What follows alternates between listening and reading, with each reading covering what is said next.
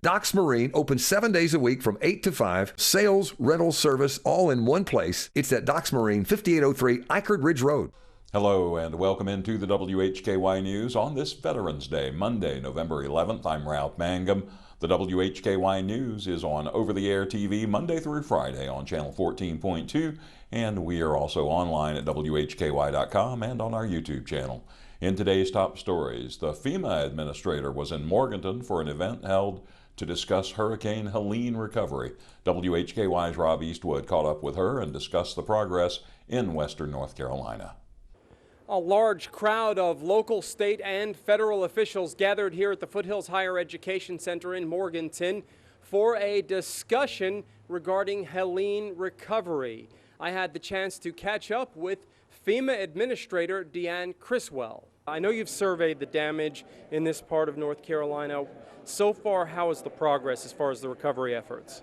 So, this is going to be a complicated recovery for sure. And I've been to many communities with the governor, looking at what the impacts are, and there's a lot of progress, but there's also a lot of really catastrophic damage across the state. And so while we see progress, we're also really working with the communities to understand what their vision is for how they want to rebuild, because amidst these tragedies, we have a real opportunity to help them rebuild in a way that's going to make them more resilient, and that's what we want to be able to do. And events like this and convenings like this one here today really give us that opportunity to listen and hear where they want to go, so we can make sure we're maximizing all of the authorities we have to help them.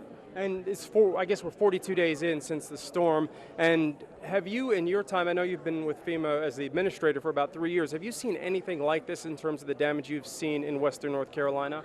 Yeah, it's really hard to compare disaster to disaster because all communities are different, but I will tell you that the widespread scale of damage here and the unique topography that western North Carolina brings just brings a whole new level of challenges. And the people that have been impacted here in western North Carolina, this is catastrophic for them.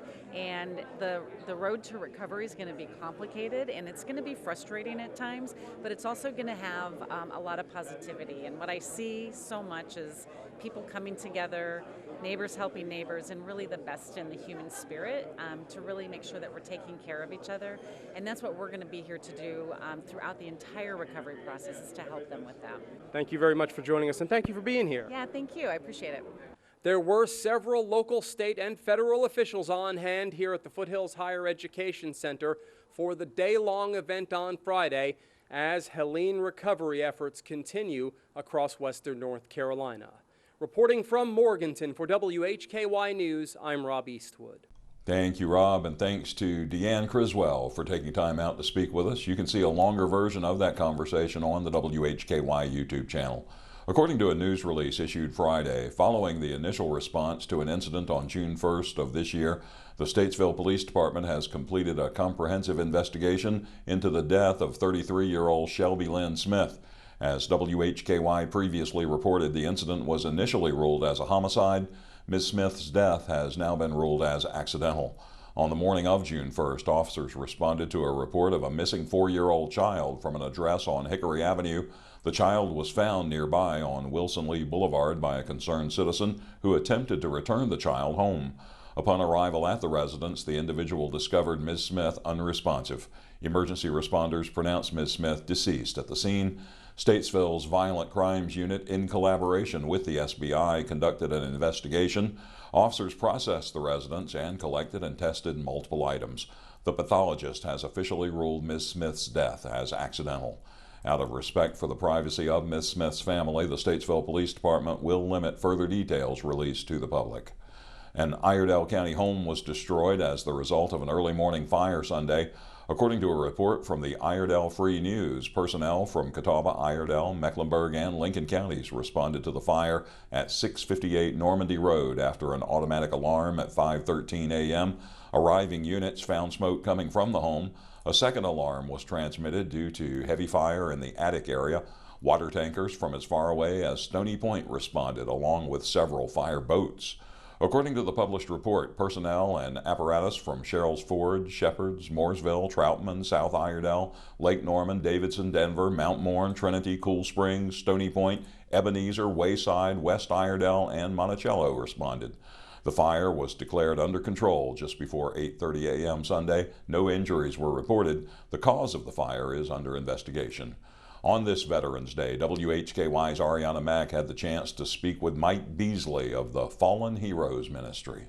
Joining us on WHKY, Mike Beasley with the Fallen Heroes Ministry. WHKY celebrates veterans every day, but especially today. Happy Veterans Day. Joining us is Mike Beasley. How are you? I'm doing well.